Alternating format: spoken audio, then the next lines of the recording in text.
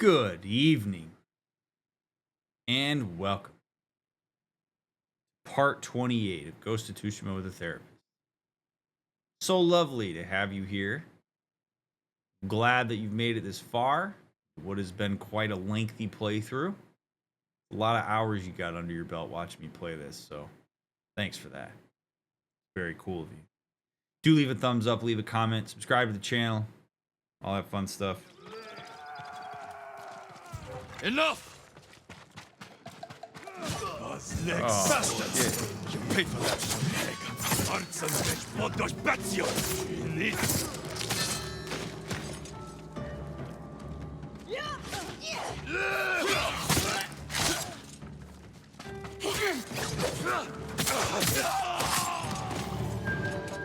They murdered these people on temple grounds. We need to find Junshin. This way.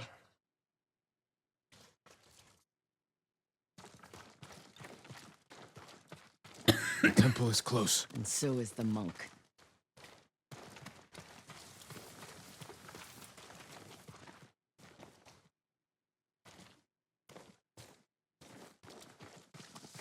Down.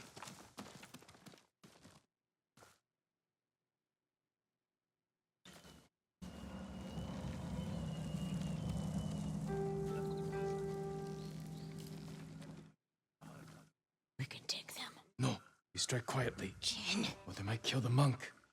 Fine. I'll take one, you take the other.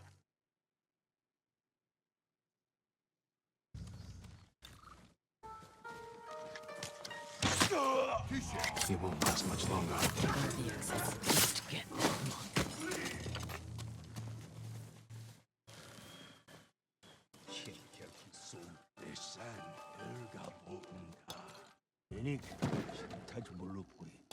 Cotton Khan is a lag.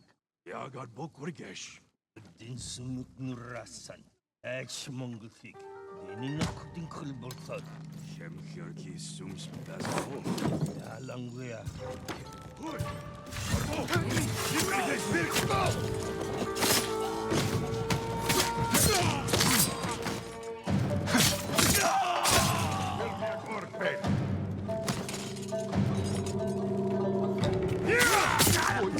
Reinforcements. I need to get Junshin.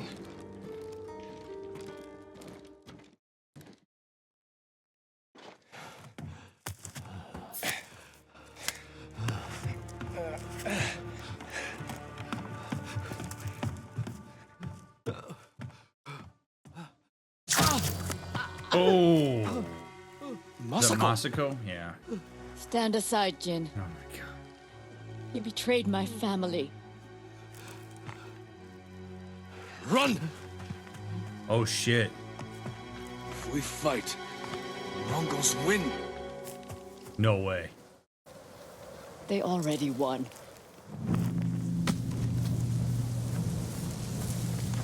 Whoa. Whoa. No way.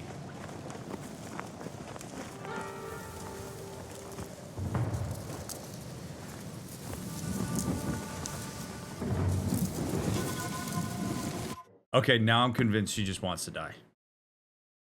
That's it. That's it. So, like, crystal clear now. Everything was taken from her. As far as she's concerned, the Mongols won. This is basically like cop-assisted suicide. Yeah. That's at the, she knows I'm gonna beat her.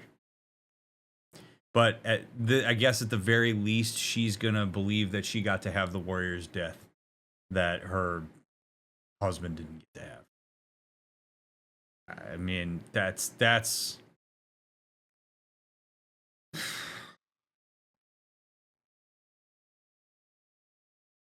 man. You know, this is part of the problem with the whole code and shit. Right? Is like, look, if you're gonna choose, obviously I don't want to see Masako die. I don't want to see her die. I don't want to see her kill herself. Like, I don't want to see that. But if Masako's death is a foregone conclusion in her mind, if she knows she wants to die, and the choice is between killing herself in isolation, like, I don't know, throwing herself off a cliff or something, versus having Jin do it for her. Do it on your own. Getting Jin and other people involved in this is not okay. That, her wanting to die, not selfish. She wants to die. She wants to end it because her whole family was taken care of her, taken away from her. I'm not going to fault her for that. I'm not going to view that as selfish or make any kind of judgment on that. That is for her to decide for herself. Getting other people involved, selfish. I would even go so far as to argue that, like, if we're going to talk about honor in the context of death, putting herself in a position for somebody else to kill her because she doesn't want to go on is incredibly dishonorable, in my opinion. Like, that's bullshit. Like, it's hard because I don't want to be harsh on her here. This is a moment of just unbelievable pain. This is a moment. I'm gonna walk back for a second and just say this is a moment of unbelievable pain. This is where she probably made this decision a while ago, but like ultimately, if she's finally at the point in her decision-making process where she is really relinquishing life as being something worth continuing, or worth continuing to like her life is something that she wants to get out of.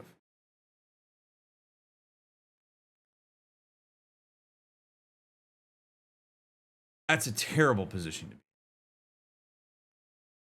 Hopeless, helpless, feels no sense of control, can't get her family back. I mean, we've talked about this extensively. Nothing's going to bring them back. Like, literally none of this is going to bring them back.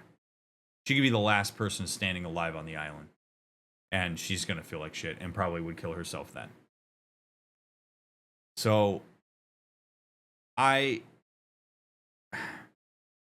when people are under duress and they see suicide as like the only option that's going to actually end the pain, which is often what that decision is, it's a sad moment. It's a moment that you look at and go, God damn, like, it's gotten really bad for you. And yeah, I like the idealist in me likes the idea of exploring options and seeing what could help her go on. And are there certain things that would give her a sense of purpose where she can enjoy the life she's got? But if in her mind she's made that shift, she's sold all her belongings, she doesn't have a home, she gave up the relationship, she had an opportunity to run away with her lover a couple episodes ago if she really wanted to, and she didn't do that. I mean, she really just kind of sold the farm off. She's gotten rid of all of her worldly possessions and is ready to go. The thing I do not respect is bringing Jin in on this. That I do not. That is a problem. Because now you're making... It's okay. So it's okay to make your pain somebody else's problem, so to speak. That's why therapists exist. It's okay to talk to your friends about your struggles. It's absolutely okay to talk to your therapist about your struggles. That's an appropriate context where making your pain somebody else's problem is all right. Making the end of your life somebody else's burden? No way, man. Doesn't her cultural background push her in this direction? It does. It does. And how do you help somebody with such a vastly different cultural view the honor differently than you? I mean, you're asking a important but incredibly difficult question to answer.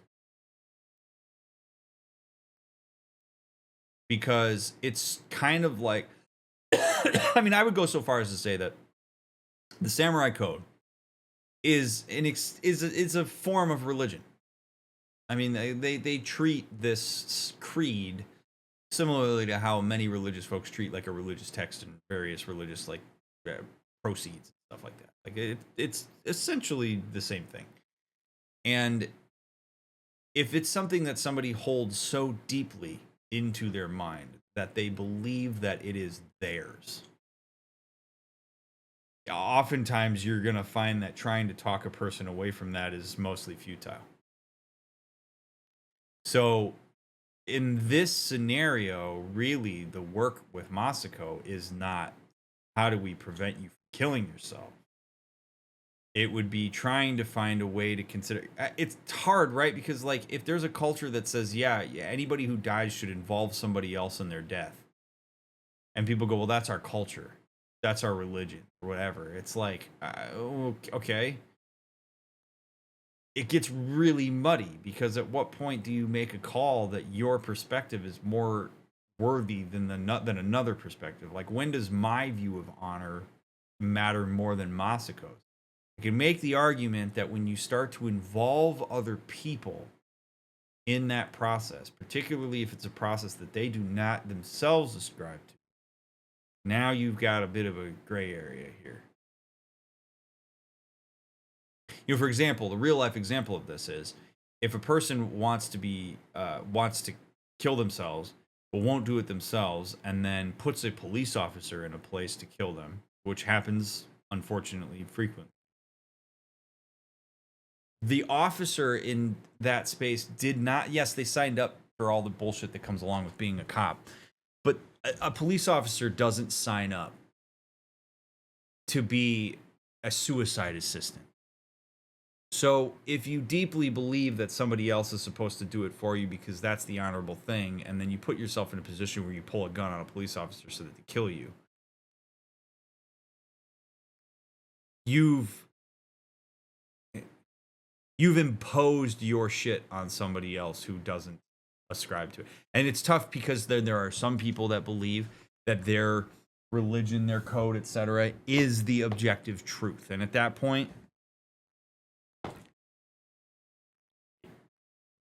now you're in no man's land. You really are. I mean, there are some people where it soaks so deep into their bones you're never going to get it out of them. So TLDR, I respect that if Masako wants her life to end because she doesn't see it going forward without her family, I respect that be a choice that she make for herself. I do not respect her roping Jin into this and making him the proxy for that so that she can die an honorable death.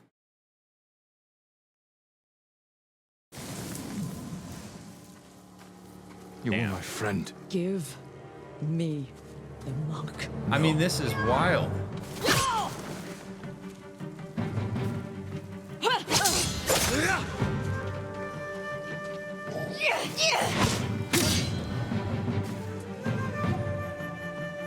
This is like the same spot I fought my uncle.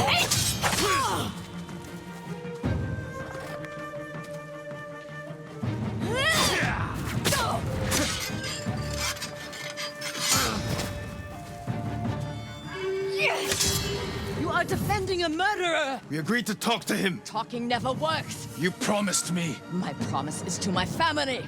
Yeah, she's gone. She's a danger to Jin now, obviously.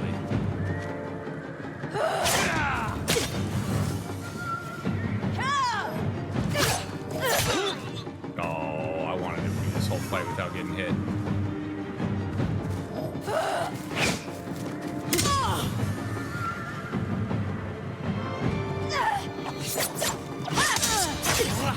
You hear them coming? They are the enemy. She doesn't care.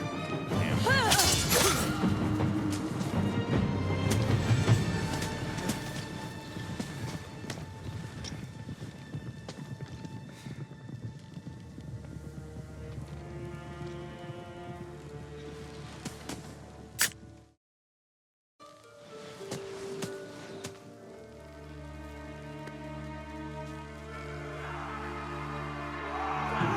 Oh shit.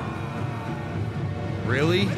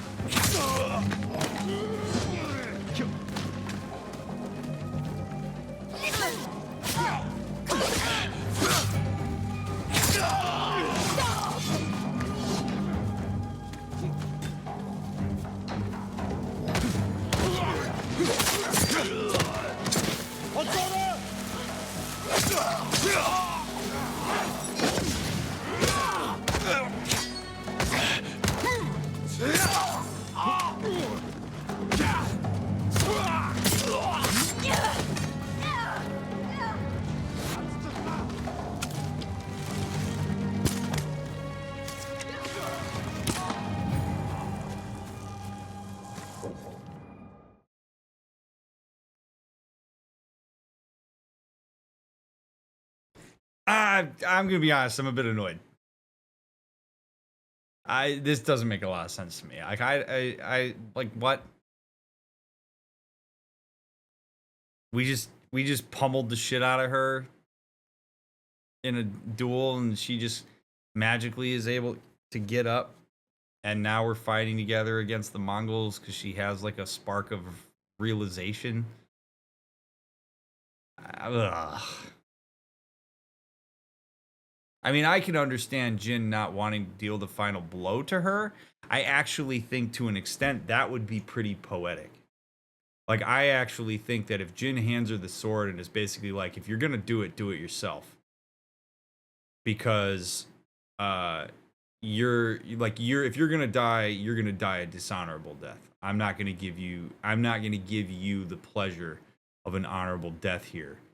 You roped me into something I didn't consent to. That's bullshit. You're getting in the way. You're actively working against the people of our island and are essentially a Mongol at this point to an extent, in the sense that you're just decimating our people because you're loosely affiliated with the death of your family that you aren't willing to really process in any kind of adult way.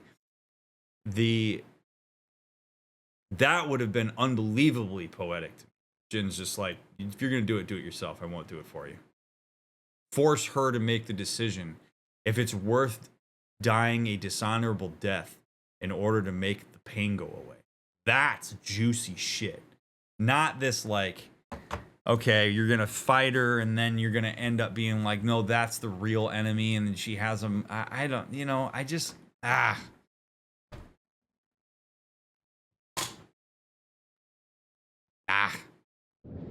Jin. You gave me your word. When I looked at Junshin, all I saw were my dead grandchildren. Their faces after being cut down.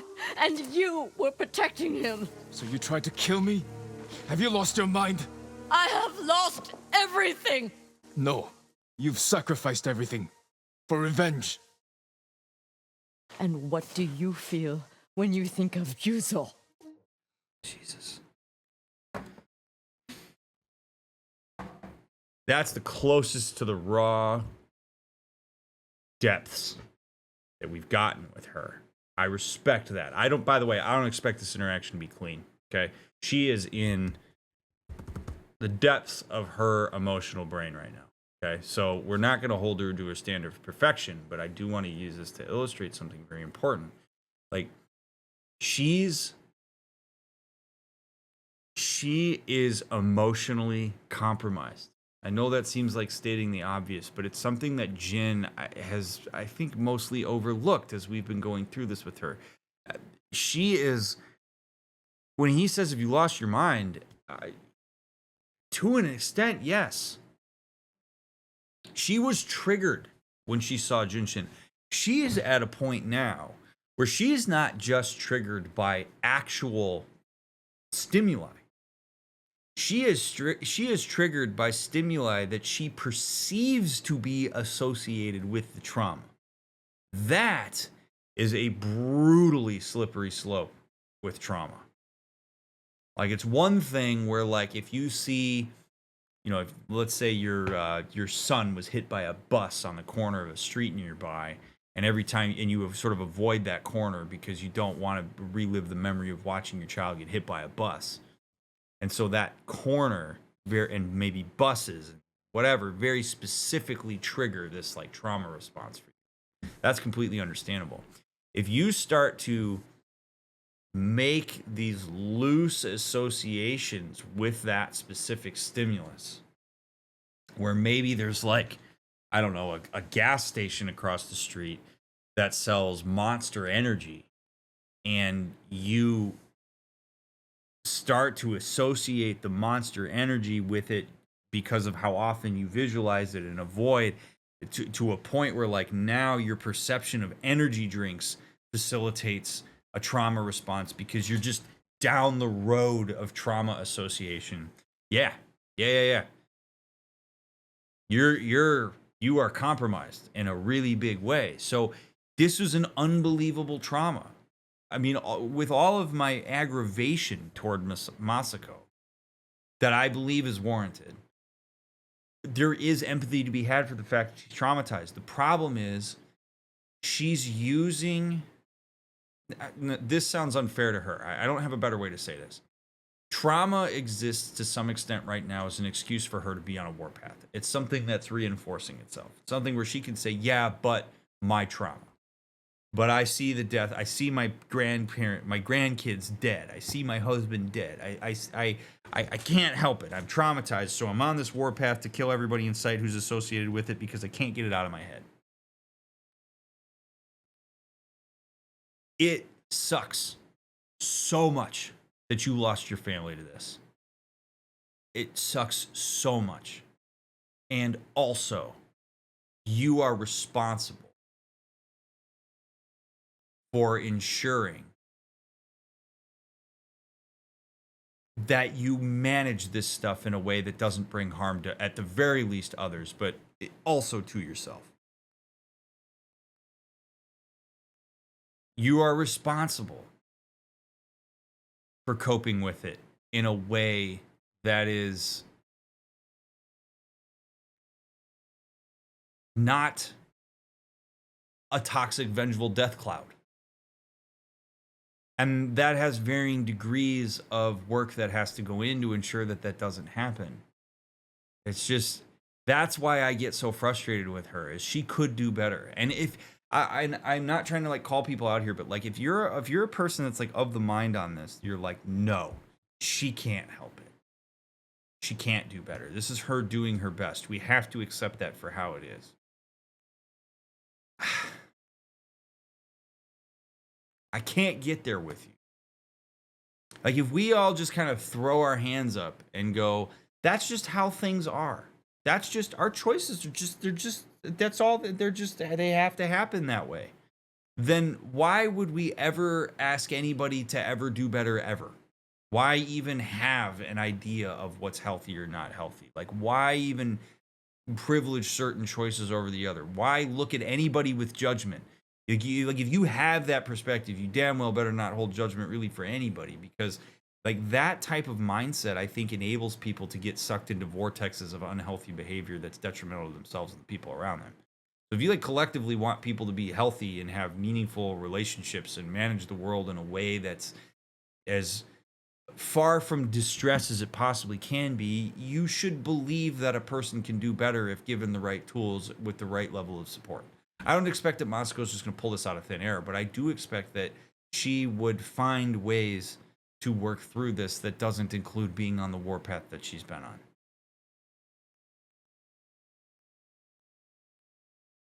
So yeah, she's super triggered to a point that she would be willing to duel Jin to get at this guy that she has this perception of being involved with her family.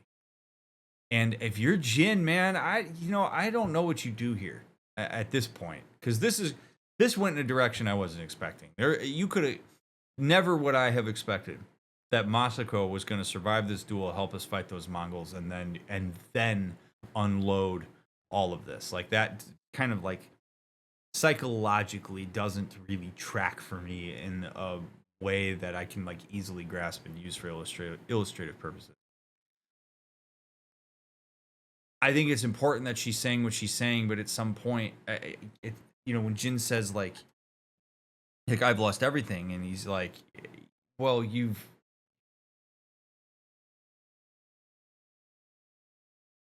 what are you doing? To a point that you're gonna attack me? I'm not protecting a guy who killed your family.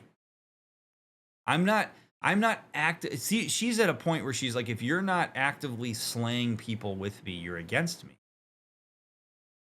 That's Jin's got nothing on that. Like, because you said we'd talk to him and I made good on that I for 1 second said maybe don't fire an arrow at the guy's face, you somehow think that I am affiliated? Your trauma brain then believes that I'm affiliated with it. And again, that's scary. That means she's compromised to a point where if you're Jin, you don't know whether you're even safe around her, because if you say the wrong thing, it could all blow up.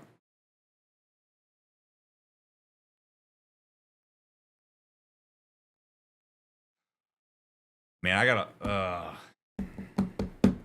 I guess it's an educational channel. I'll go down this road too. In a slightly unrelated note, but in a parallel process of this, when you are ever talking with somebody, I'm not even just talking about somebody who's like diagnosed with borderline, but that certainly applies here. But like somebody who has a really intense sensitivity to abandonment, this type of dynamic can actually come up. This, if you're not with me, you're against me. There are people who have such an intense fear of being abandoned, often rooted in trauma. Borderline is often rooted in, usually there's some form of trauma in your nurture, whether it's neglect or abuse or whatever. Essentially, the idea is that I'm incredibly afraid that people will abandon me. And that usually means that you have an internalized piece of your identity that's like, I'm somebody that's worthy of abandoning. And then there's a whole mishmash of stuff that goes on around that. But what can happen oftentimes with folks who have borderline or who are particularly sensitive to abandonment is that they will build people around them that they perceive to be close up big time. Like essentially like put them on a pedestal. You'll hear things like, you're the best friend I've ever had. You're the most amazing person I know. I've never met anybody quite like you. I appreciate so much the way that you attend to my needs. I'm glad that you're always here for me. I'll always be here for you. Really powerful, strong, gregarious language around the importance of the relationship itself. And you might even start to hear certain things get injected in there, like, you wouldn't leave me, would you? Like you see me as a good friend too, don't you? Where that little piece of abandonment fear comes out. And then inevitably, because if you hold people on too high of a pedestal for too long, inevitably what can happen is that person will let you down. At some point, that person's not going to be able to meet the perfect expectations that have been created for them. And what will happen is that person will sometimes make that as there we go, I'm being abandoned. And then all sorts of stuff comes up relative to that, where now it's like, wait a second, if you're hanging out with other people, you went to a different party this weekend instead of hanging out with me. If you're not with me, then that means that you're against me. That means that it's not that you have other priorities that you're engaging in. It's that you are actively abandoning me. And that's a decision you're making that is relative to me. And there's a little bit, and then often that person is left in a spot where they're like, no, like I'm not abandoned. What? No, I'm not abandoning you. I'm just hanging out with other people. I'm just, or if there's another person that their bridge burned with that person and you still engage with them and maybe you had a nice conversation with them and they're like, wait a second, if you're talking to that person, you actively believe that they did the right thing by cutting me off, and how could you talk to that person? That means you're against me. That's kind of the thing that's happening here with Masako. I'm so worried that everybody is against me that anything that even remotely is perceived as having any kind of empathy for anybody else besides me, I view as a direct attack on me. It's an act of aggression toward me. Jin taking 1 second to protect this guy for a second so they could talk to him in a way that he promised, that Matsuko promised him that she'd allow him to do, is not something that she sees in context. It's something that she sees through her own egocentric fears. So there's a big long way of me getting back to that. But like, that's how this type of process can play out. It's a very difficult thing to untangle yourself from. It's a binary that we would consider to be, to an extent, a cognitive distortion, because that's not really how the world works.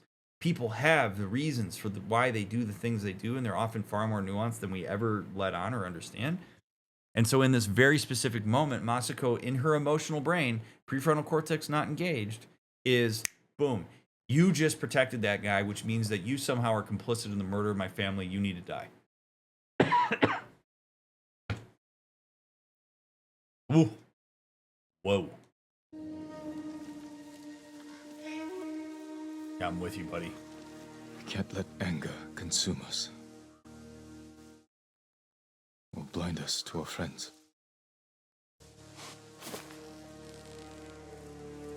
You still trust me? Junshin won't get far. We can track him down. Masako. Don't ever try to kill me again. I won't. I promise. Look for his tracks.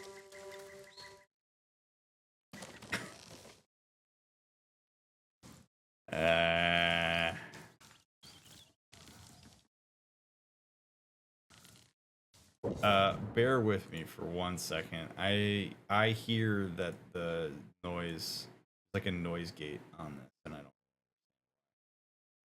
try to fix it.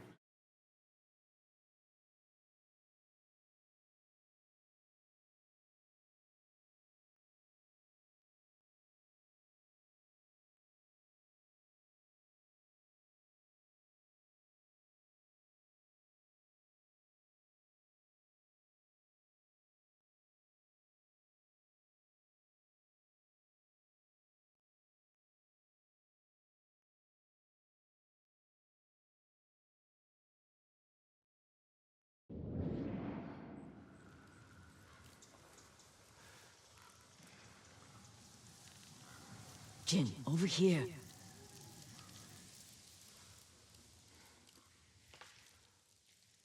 There we go. That fixed it.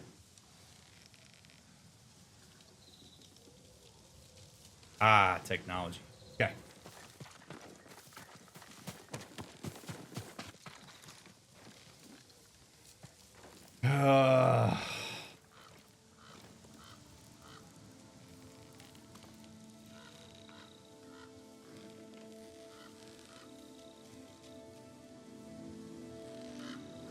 Yeah, I don't know. I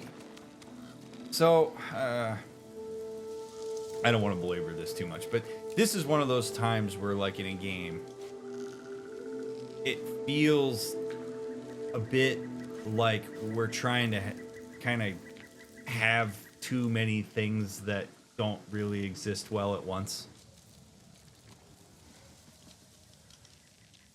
Like, the vibe that this has for me, this takes me out of a sense of immersion of what's happening in the game, because this feels for me more like we want you to have tension with Masako, but we don't want it to be something that inevitably destroys her or your relationship to her. So we want you to feel distrustful of her, frustrated with her, but we also don't really want there to be any adverse consequences for the way that she's going about this. And it, within the context of, like, this world, that just doesn't make a lot of sense to me.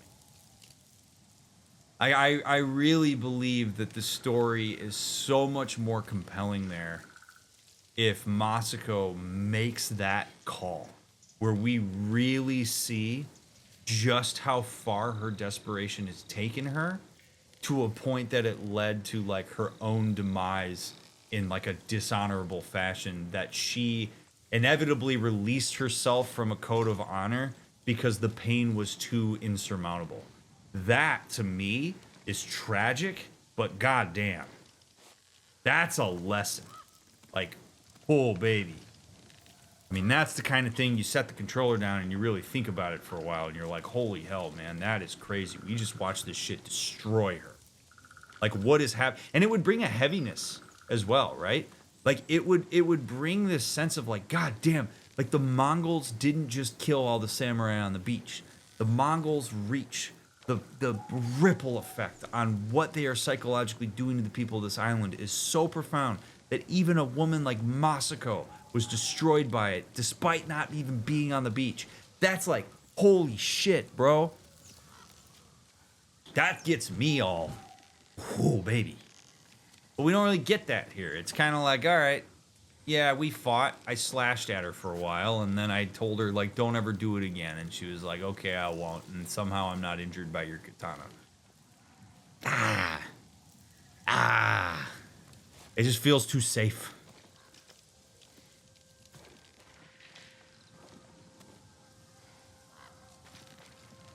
But we'll see where it goes. Junshin went this way.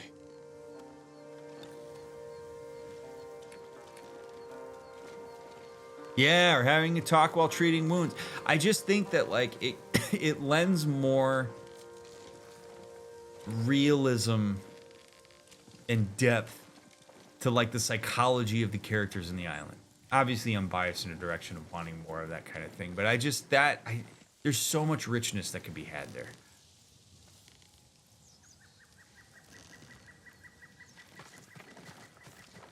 She's like, damn, dude, you really gashed my arm. Looks like you ran into the woods. She's When we got, find like... Junshin, perhaps I should speak with him first. So you don't trust me? No, I don't. Not yet. But letting me talk first will help. Then I won't stand in your way.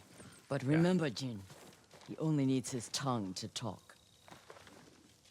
Dude, you can't... I am gonna lose my mind. I am going to just... this is so tough for me. This is so hard for me to get through. Oh my god. How could I trust her if she's gonna say shit like that, man?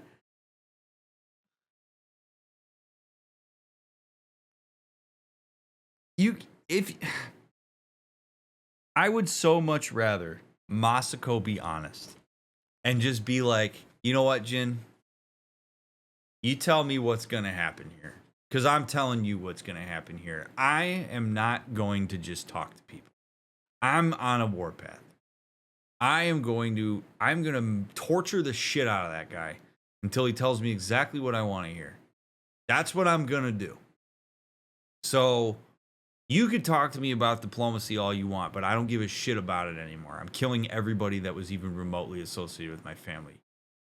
Then that duel also makes sense to me. Because then Jin is like, well, I can't let you do that, Star Fox. Like, he could totally do that. Be like, nope. If that's the case, then I'm going to spare the people of my island. I'm going to do my duty, and I'm going to stop you from going rogue here. No matter how justified you may believe that you are. And then that duel is spicy again, right? But this whole thing, like, you've got to be, if you're, that's better to me than her being like, all right, I can't believe that you still trust me. I will try to regain your trust. And then 3 seconds later, Jin's like, hey, let me talk to the guy first. And she's like, he only needs his tongue to talk. It's like, how could I trust you if it just seems like you're just saying the stuff to me that you want me to hear? Be honest.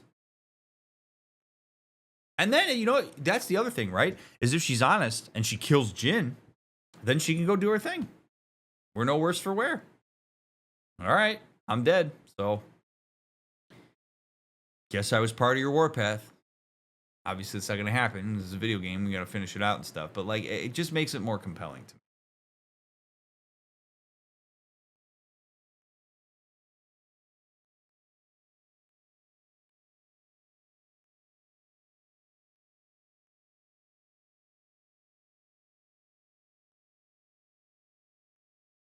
And you know what's fascinating about this whole thing, maybe to address a little bit of what you said here, Floaty. Like, what's fascinating to me about this whole thing is Jin's hands are really tied now.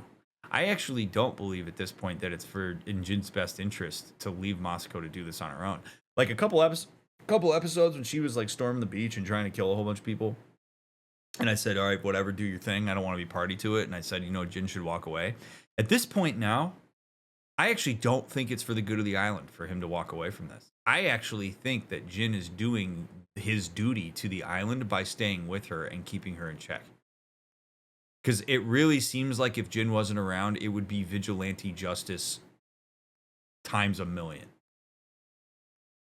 So he is really in a bind now. He sort of cost-sunk himself into a place where now his presence is important. Like, the only way that Junshin lives here. And I'm not saying Junshin's innocent. Like, if we hear what he has to say and the dude's a complete asshole, then, all right, fine. We'll do what we need to do. But, like, right now, as far as I'm concerned, that dude is innocent, or at the very least loosely affiliated in a way that he probably wasn't direct. He's not one of the Mongols that was on the beach that slaughtered her family, that's for sure. The we got to kind of keep him safe right now, keep a lot of people safe by ensuring that she's with us and doesn't do dumb shit because she's trying to build her trust back with me. I just don't trust that matters to her as much as she's letting on. What matters to her is making good on whatever she believes needs to happen for her to feel better about her family. I don't think that Jin's trust is very high on the priority list relative to that. But we'll see. We'll see where this goes. I know I'm talking a lot, so we're not really finding out. But I've got thoughts, man. This is crazy.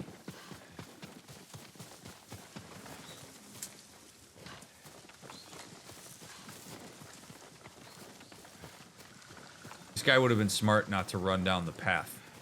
Probably should have like stayed in the grass. By the way, if you've made it through my incessant yapping, thanks for making it this far. We're like an hour in, and I've gone about 2 minutes into the playthrough. So, thanks for taking the time to hang out and listen to what I have to say. I hope it's meaningful in some way. Don't kill me. All right, this is a big moment here.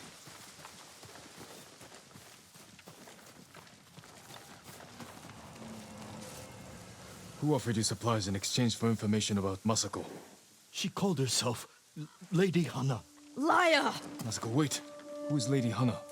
My sister. She was massacred with the rest of my family.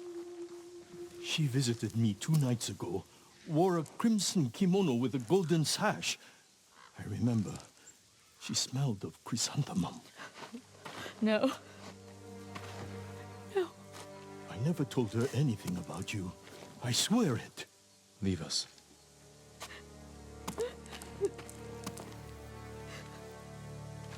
Damn. Sister's alive. She murdered the children. Why would she want to destroy your clan? I don't know. But I am going to find her. And do You don't what? have to do it alone. Meet me in Kamiagata. Oh boy, oh my god, man. Okay, so if you're gonna give me the bullshit you just gave me, that's a pretty good catch-up on it. Like, if you're gonna give me something juicy, that's juicy. Now she's got to decide. Now what do? You care so much about your family, you're gonna go kill your own family because your family went against your family? That's juicy shit. By the way, I'm not like getting off on that. I just find it like, that's good, juicy stuff. That's psychological conundrum. That's the stuff that makes for good content. I don't like when shit's easy. I like dissonance. I like watching people navigate stuff that doesn't just fall into nice, beautiful straight lines. And that is a great example. Now, if I understand this correctly, I'm guessing that we probably are done with her for a while until we get to the top part of that. Yeah, okay. So now it seems that we have taken care of all the side stuff. So now we can play the game.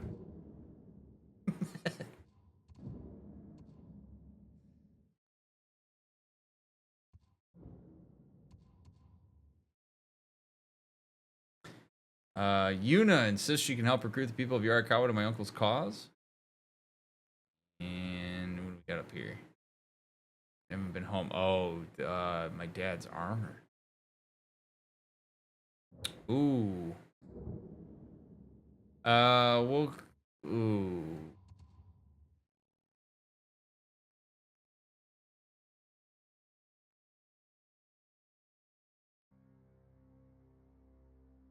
I want my armor. I want my dad's armor. Oh my goodness, Mahoodles, thank you for the raid. Welcome in. Hello, friends. If you happen to be new here and haven't met me before, I'm DrMick. I'm a licensed therapist. I have a PhD in human development, and I play really cool games like Ghost of Tsushima. And I analyze them using my therapist brain. People seem to like that. So if you would like to learn about various psychological concepts by seeing me dissect video game characters, you are in the right place. If you want to catch up on this playthrough, I got it all up on YouTube. I just so happen to be recording for right now. If y'all don't follow Mahoodles, please make sure that you do that. Lovely. I hope you had a great stream.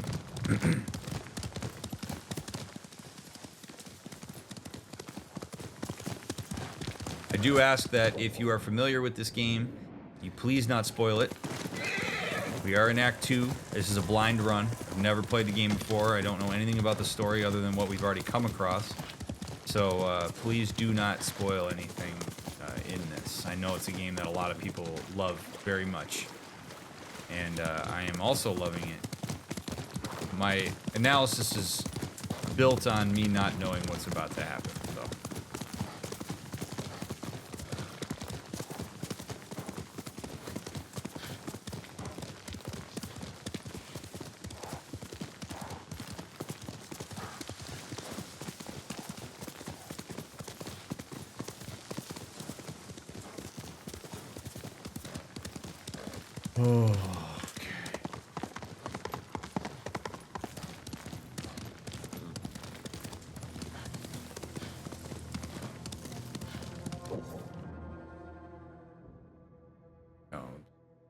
Across the road. That's fine.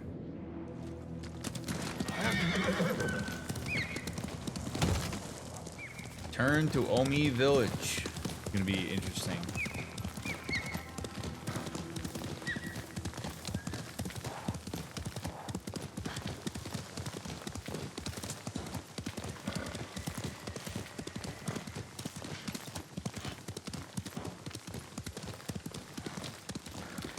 Very interested to see what Jin's reaction to this is going to be. I would love to know what's going through his mind as he thinks about going to like recover his dad's armor. What are you thinking about, bud? Will you be triggered? Will you be fulfilled? Proud? Sad? A mixture of all of it?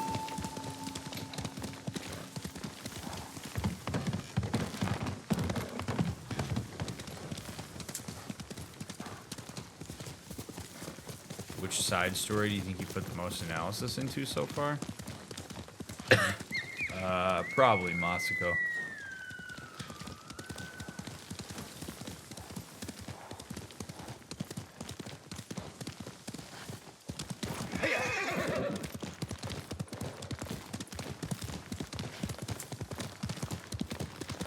Omi Village.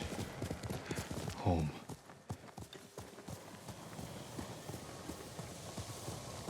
Alright, reach the Sakai estate. Beautiful evening to ride into my hometown.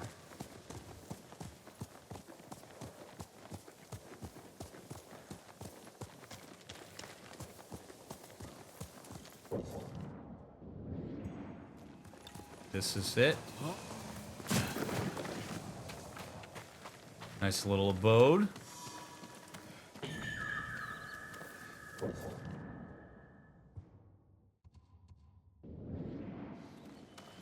No sign of Mongols. That door's open now.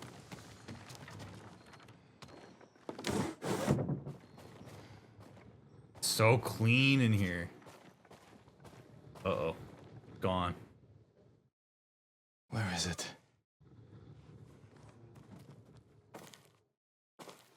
How dare you!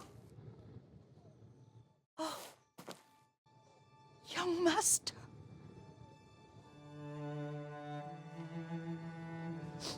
I feared you were dead. I came as soon as I could. It's good to see you, Yuriko. You look tired. Are you hungry? Not now. Thank you. Yeah. The Khan's army must have marched past here. Have you had any trouble? A few bandits. Nothing I can't take care of. I've come for my father's... my armor. Ooh, yeah. You refused to wear it at Komoda Beach. A lot has changed since then. I hid it somewhere safe. Hell yeah. That's cool. He's already taken ownership of it. I respect that. That's great.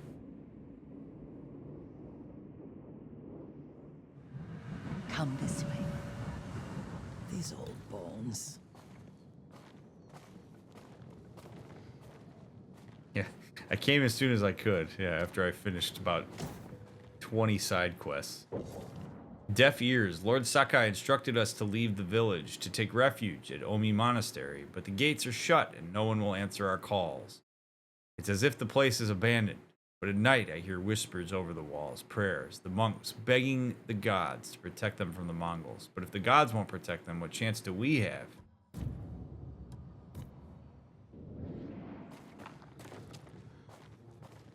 I'll get Taichi to help me fetch it. He's at the cemetery, What's he doing there?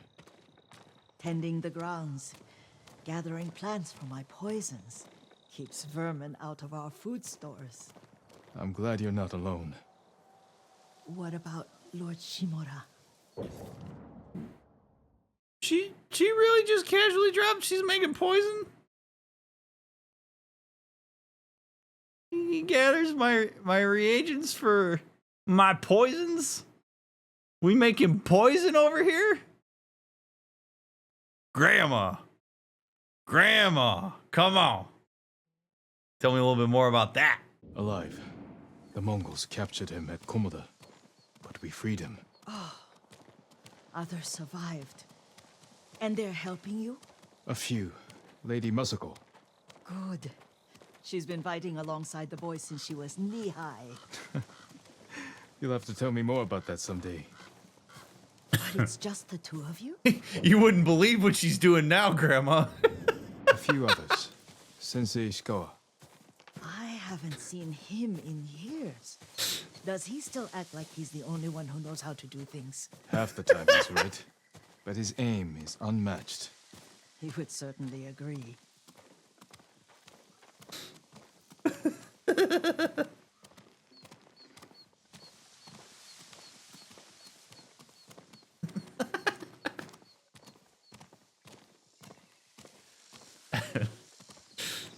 Oh, man.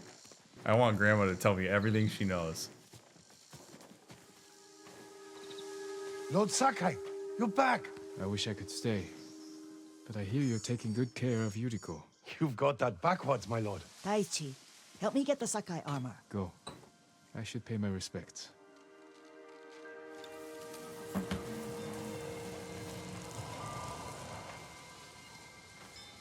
This is your father's weeds haven't grave. been Oh, pulled. baby.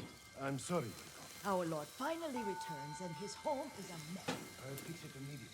Don't worry about that now. Let's make sure the armor.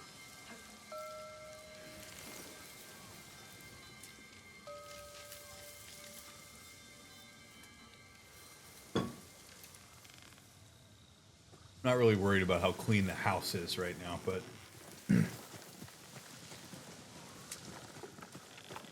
All right, Dad, blow the wind in the direction of your grave because I don't remember where it is.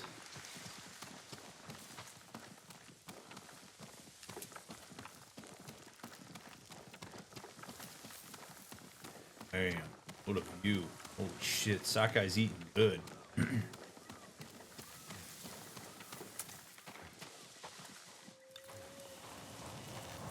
Ooh, compose a haiku.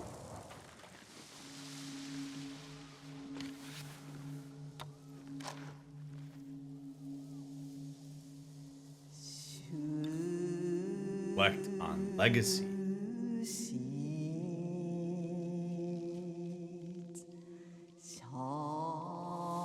Leaves shade my father. I mourn my father. Light for my father. Yeah, let's take some ownership. I mourn him.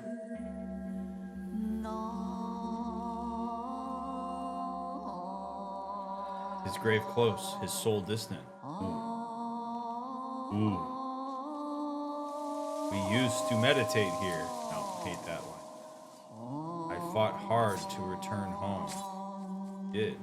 This is grave close, soul distant, baby. Now I am alone. All things pass away. This old tree lives on. It really kind of feels like you're getting shoehorned into a particular haiku here with some of these options. I mourn my father. His grave is close. His soul is distant. This old tree lives on. All right, Jin, we got to work on your third line, buddy.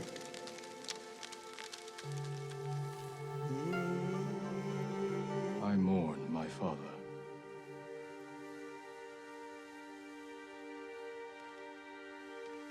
His grave close, his soul distant.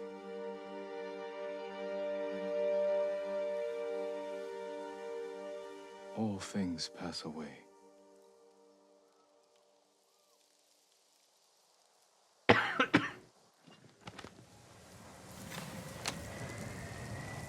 Oh, man.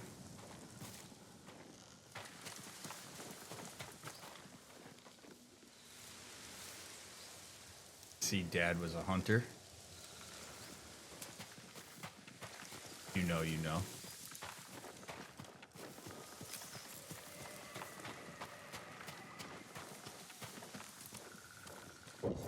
It's a cool way to pay respects. Compose some haiku next to your dad's grave. Like, that's metal.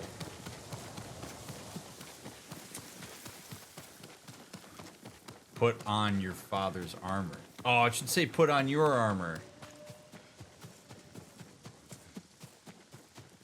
If Jin's taking ownership of it.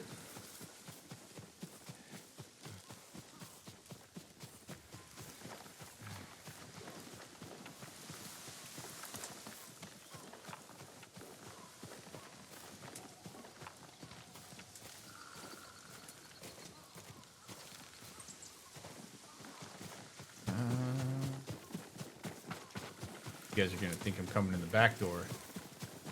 No, sir.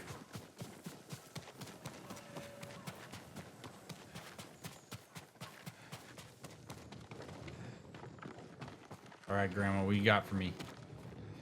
Oh, baby.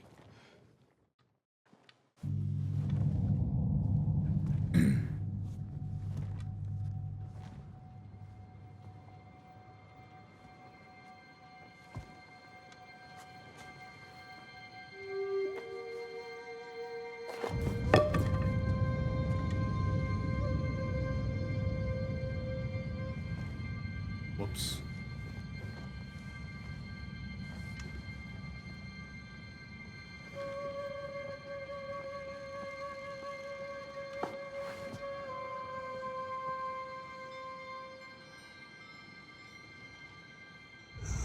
Jin, help me. May your death benefit all beings.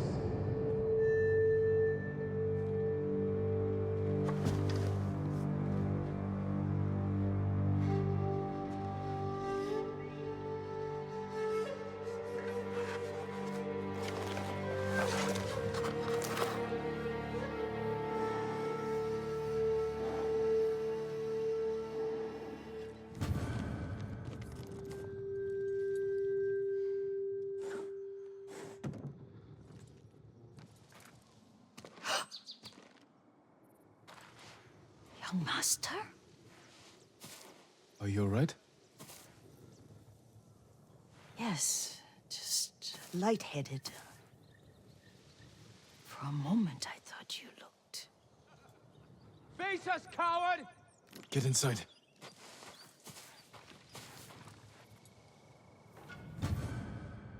Sakai mask worn by the greatest samurai of the Sakai clan. Leader of the Sakai clan, previously worn by Jin's father, Kazumasa Sakai.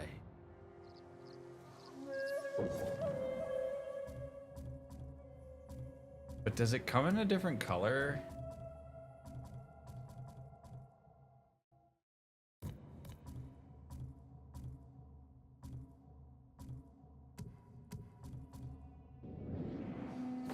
Stand and fight me! Oh, the straw hats.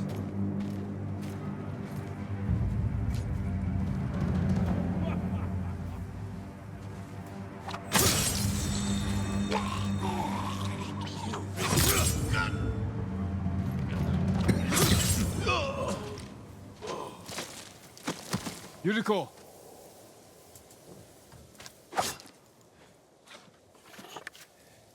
While wearing this armor, standoff streak increases by 1 and standoff wins occasionally terrify enemies. Hey, I'll take that. I don't really like the mask though. The mask kind of. Lord Sakai. The armor's cool though. Are you alright? Butchered them. Is Yarikawa giving us trouble again? The Yarikawa rebellion was 20 years ago. Those men were with the Mongols. Of course. Seeing you like that, I'm still shaken up. I need to catch my breath. By the That's lake. totally understand. Your favorite tree. Yes. Come. Nice. All right. Good grounding. You said earlier you've been making poisons. Keeps. Yeah, it totally makes sense why she's shaken up. Completely makes sense, right? Like you see armor that you associated with Jin's father, you know that he died in it, and then all of a sudden Jin is wearing it and destroying straw hats on your doorstep. I mean, yeah, that would shake you up a little bit. It's understandable why she'd be a bit off by that. I appreciate the attention to the need to like ground herself. Get reconnected with the space. Find presence in that. Kind of understand the Jin being in that armor in context in a way that will allow it to be something you integrate into your psyche. I mean, it's really good stuff. Like, it's important to understand the types of things that help you ground yourself and to communicate those to others that you trust, because if you do that, if you have a moment where you're under significant duress and for whatever reason your grounding doesn't come to mind, somebody who's around you might be able to help you with that. Like, hey, how about your tree? Yeah, that would be nice. I'd like to go sit by my tree. Hell yeah, let's go. Great. I really like that. I gotta give Jin kudos there. As critical as I am of people, I give him kudos where credit's due too. So, good stuff. Out of our rice. Can you make it stronger? Enough to kill a man? No one deserves that. Can you do it? The effects in larger doses are ugly. Good. Oh, my lord. Ooh, Jin, maybe be a little less transparent with Grandma. Holy crap. So, okay. Oh boy, this is tricky because, like, if you're gonna use Grandma's poison, Cusco's poison made for Cusco. If you're gonna use that,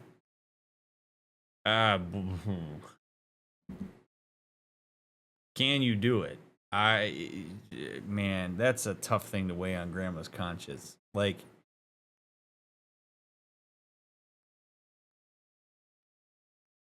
that's a conundrum.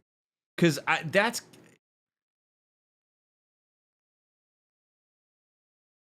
all right. There's two paths you got to take on this. I don't. Yeah. So there's one path where you're like, I gotta have the poison. Like, I gotta have it. I'm gonna use it, and we're gonna get the island back.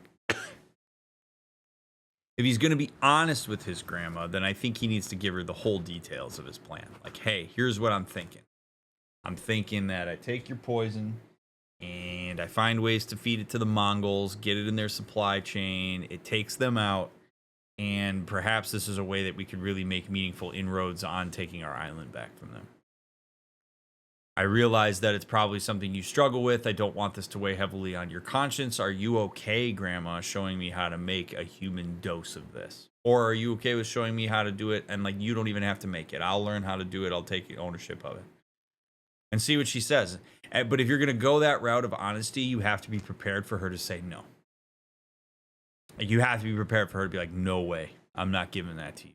I will not live knowing that you have used a poison that I have as a hobby to decimate human forces. Like, no way. And I think if you're Jin, you got to respect that. I think if you're gonna take it no matter what, then you may actually do well by Grandma to lie to her.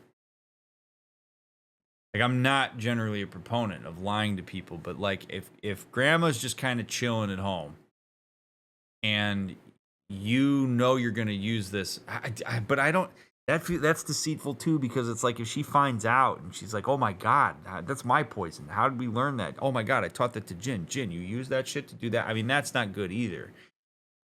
Maybe you do have to be honest and just be prepared to tell Grandma. I think maybe it's like, look, Grandma, I need you to do this, and I'm going to work with you to help you really understand that you are not party to this. Like, this is not on you. I'm going to take this and I'm going to kill. That's the route. You don't lie to Grandma. You tell her the truth. I need this to kill humans. I need this to get the island back. I would really appreciate if you help me out, and I'm going to make sure that you know that this is not on you. And if she really declines, then you go from there. But I think if you leverage a bit of your relationship with her and really help her see that you're going to take accountability for how it gets used, you probably have a good path there.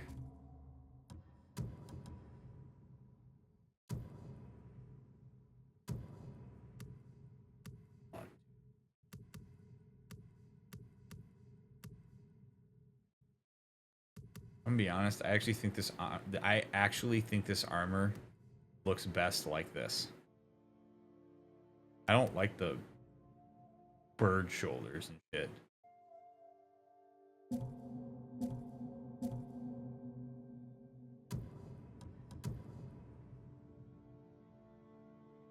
I think the helmet's fine. I don't like the mask.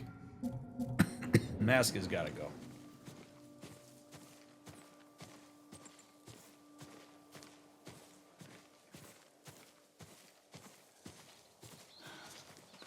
Sit with me a moment.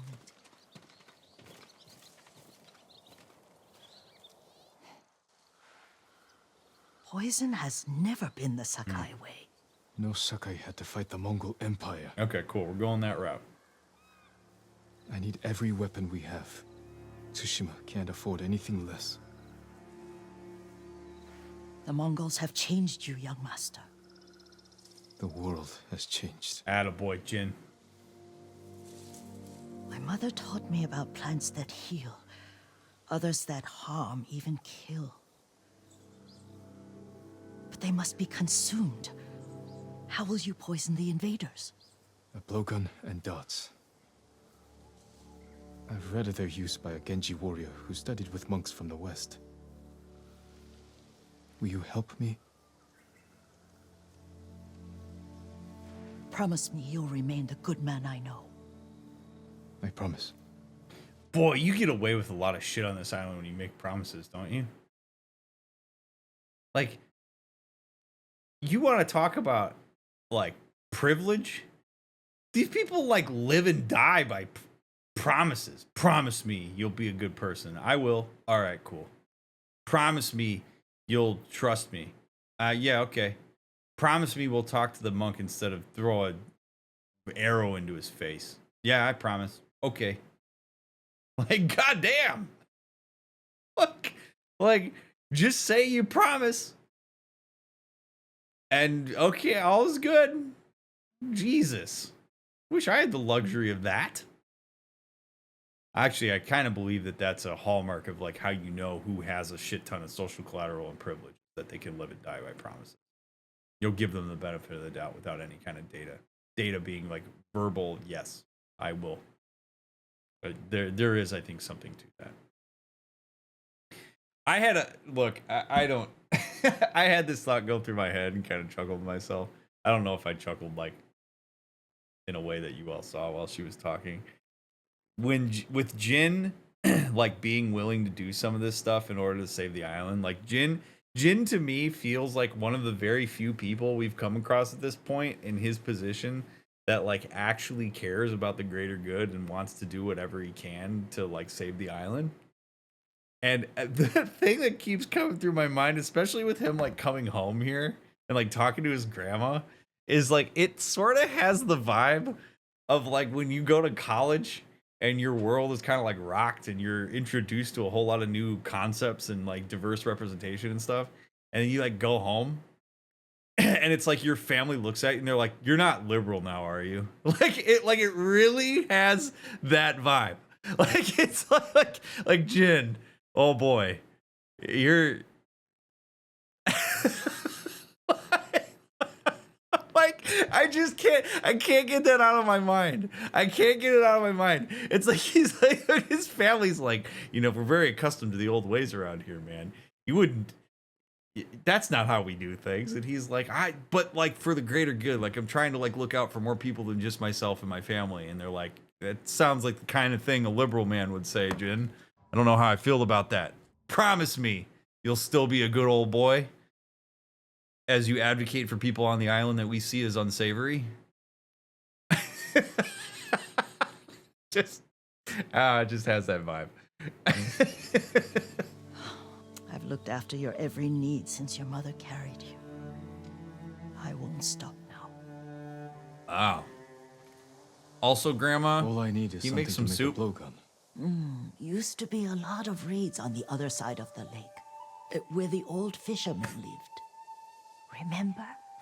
You and your little friend gathered them to make little boats. Ryuzo and I, we spent all day reenacting the Battle of Danora. Be careful, Jin. I've seen fires over there at night. Not sure who it is. Don't worry, I'll be back soon with reeds. Go get your reeds.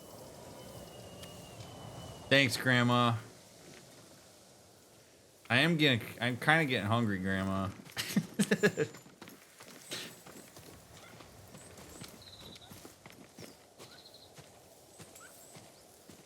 Interesting that I have a degree of appreciation for the fact that Jin wasn't all like, Ruzo, that traitorous scumbag bitch.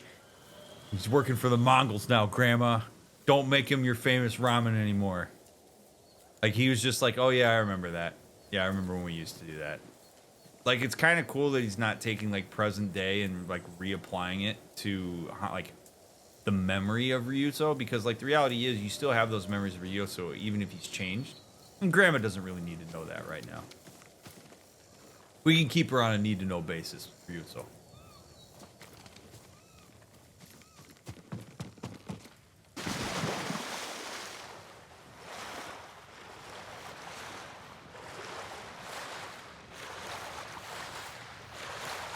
Even though Ryuzo's not really a bitch for working the Mongols, I totally understand why he is and all that stuff. You know what I mean.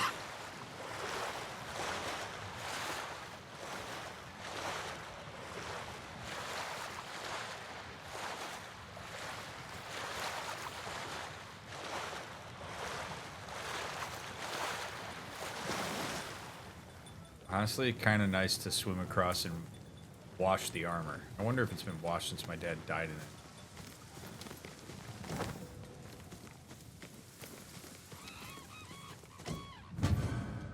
Brutal bandit for those who don't need to hide their past deeds. Whoa.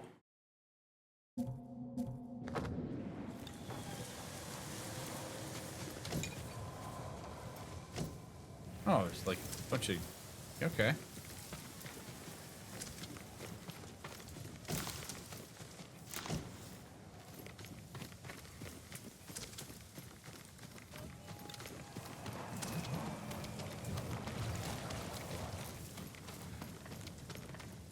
Boy, this is cool.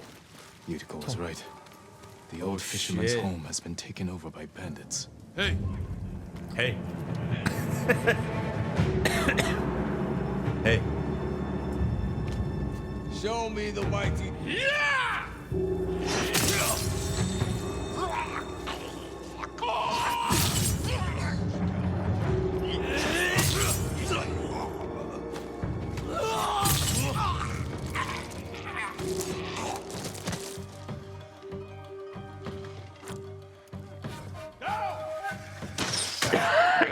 God damn.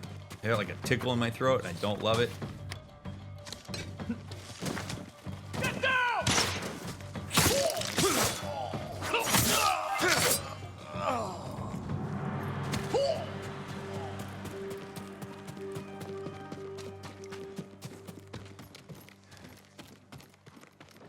Gonna go get some reeds for my blowgun. Gonna take back the island for the showgun. Do.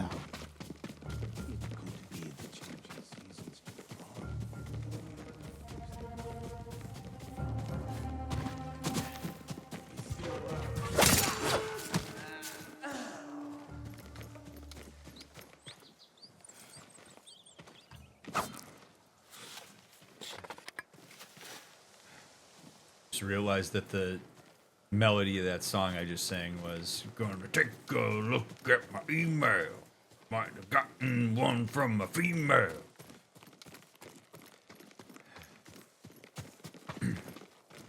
Strong bad. Can you draw a dragon?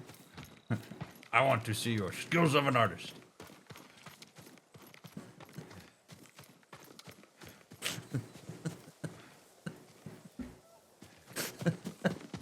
Couldn't go find reeds for my blowgun. Gonna take back the island for the showgun. Alright, shut the hell up and find the reeds, Ryan. Let's go.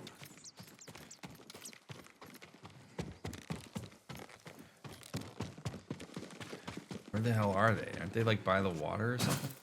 What's going on here? These are cattails. Okay. Perfect for a blowgun.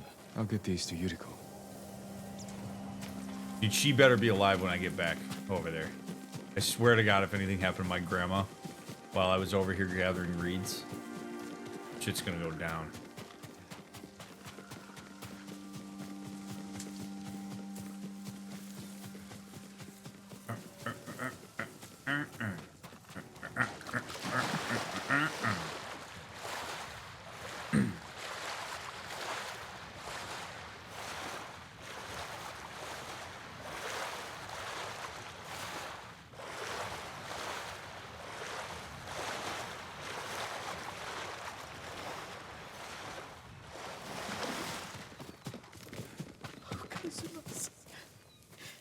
Jin, alone in the world.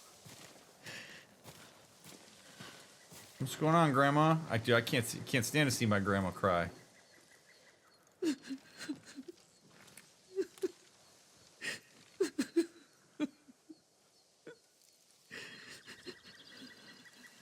Yuriko? Excuse me, young master.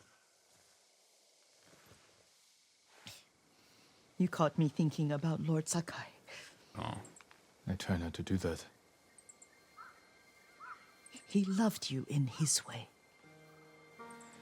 Enough of the past. We have a blowgun and darts. Ooh. Ooh.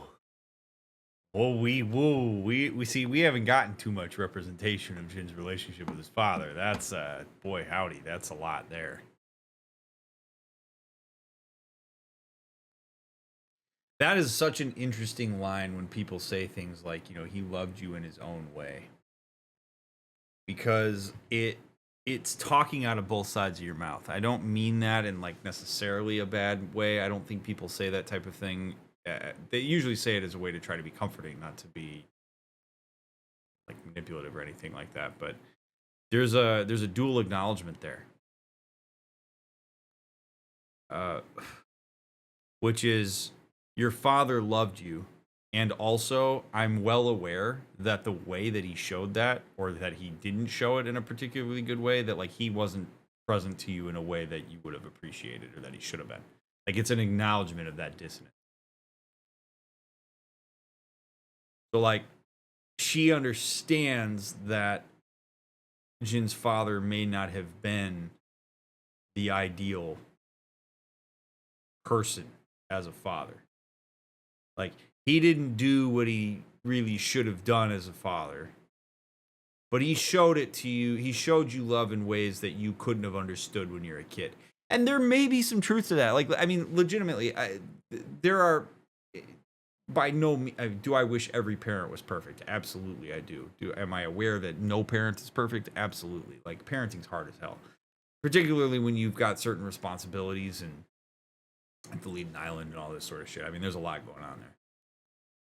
But it doesn't change the fact that for Jin, the lack of whatever it was that he needed from his father mattered a great deal to him. And he very clearly does not want to go there. Like when he's just like, yep, okay, let's talk about poison and blowgun. That's a pretty clear, like, I'm not ready to go. Not only do I not want to shit on a person that you were just crying about, I also don't want to hear you justify him.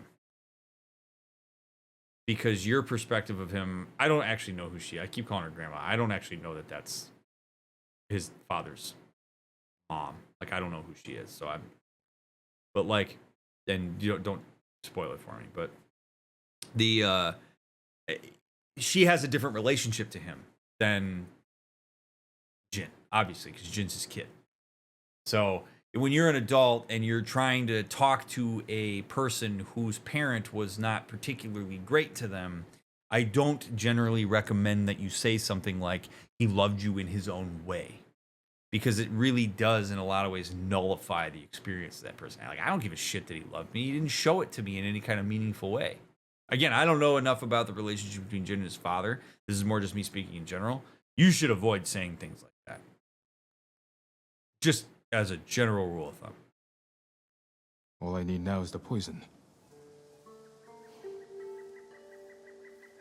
Of course, young master. Come. It's very complicated with I grandparents, have a too. small camp where I gather plants and herbs for ointments. And poison. It kills vermin within moments. Make it strong enough for the invaders. So he is going to have her make it. It's a particularly complicated thing for grandparents, though. Like, you're just assuming that that's his grandparent for a second. Because what we often don't think about enough consciously when we're talking to people about people is like how people have different roles relative to different people. So if Jin talks shit about his dad, he's talking shit about her son. That's an entirely different dynamic. If she advocates for her son because she's his mother and she like loves him, that's Jin's father. That dynamic is totally different. And so it's really, really, really important when you are talking with people about other people and your experiences with them that you understand the relativity of that context.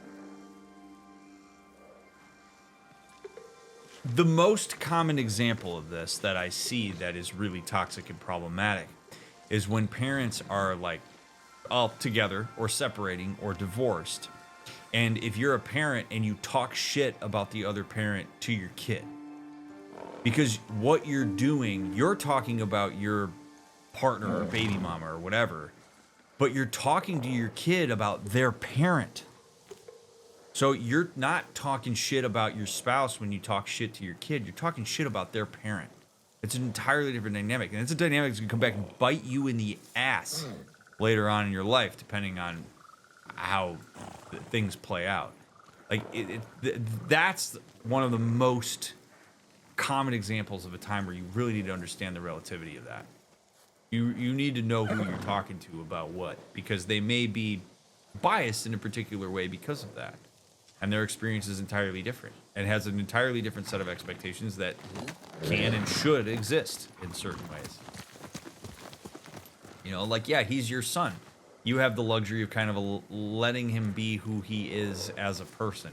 If your son was a shitty father and you try to back up your son, you are inadvertently nullifying my experience as a child. That's, I mean, it gets really complicated really fast in that way. Adults are the ones that have to do better in these contexts.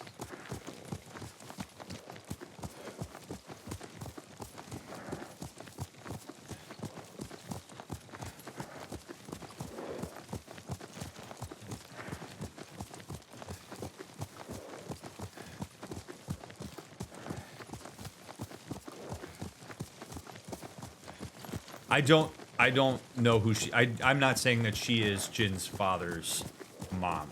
Like, I don't know that that's who she is. I'm just using that for illustrative purposes. So if you're like ready to, in the comments, be like, yo, bro, that's not his grandma or whatever. Like, I understand that. Like, I don't know who she is. Just using it Nice as an to ride example. with you again. You and Lord Shimura taught me to ride. On that runt pony. You sat so tall and straight in your little saddle, like you were the shogun himself. Yeah. I got some reeds from my blowgun. Gonna get the island back for the shogun. Sing it along with me.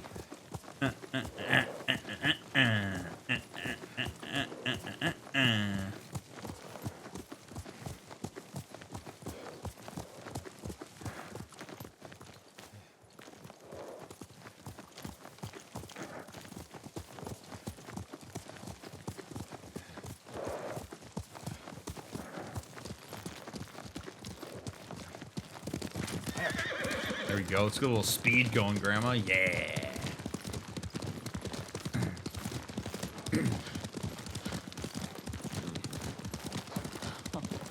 Oh no, little Jin. What's so funny? I just remembered it was out here you nearly killed your uncle. What? You were 3 or 4? The poor man was trying to teach you how to hold your wooden kodachi. You wanted to chase butterflies. I know the story. My uncle's black eye took weeks to heal. Lord Shimura and your father laughed so hard, I fear they'd both choke to death. I don't remember my father's laugh. He lost his humor after your mother got sick. But you have your father's laugh. Here we are.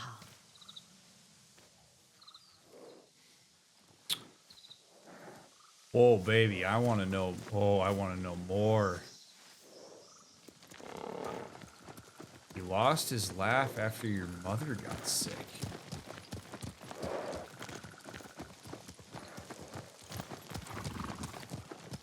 Man, there's a lot he doesn't know about his dad.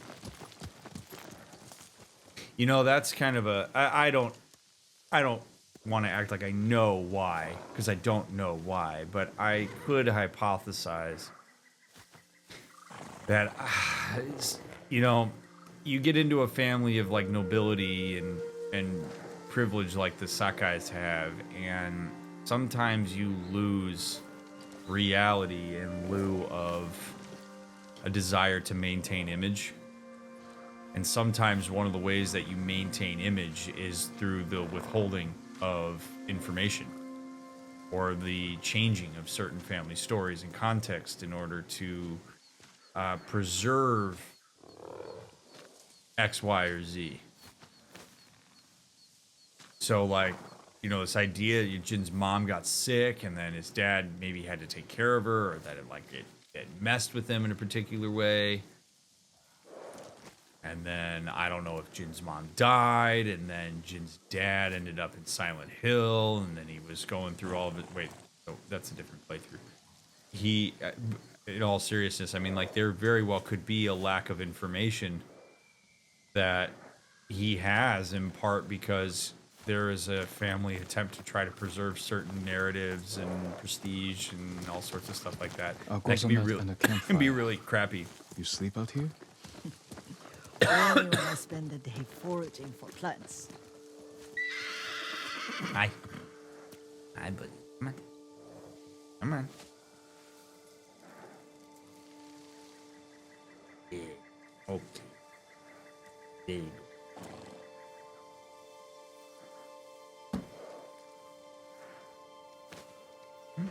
Yeah.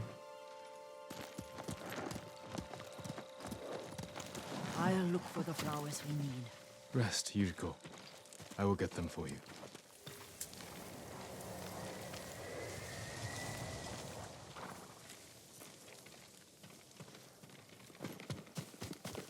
Don't eat the seeds, they're poisonous. I'm not a child, Yuriko. Oh, I know.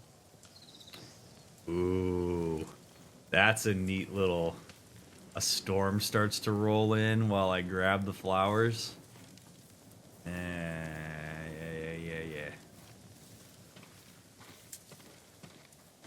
Subtle, but pointed. Remember how we'd gather flowers for your mother? She arranged them for the little alcove at home.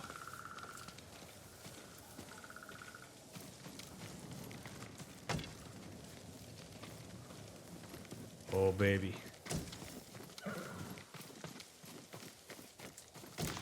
That should be enough. Bring them to me, young master.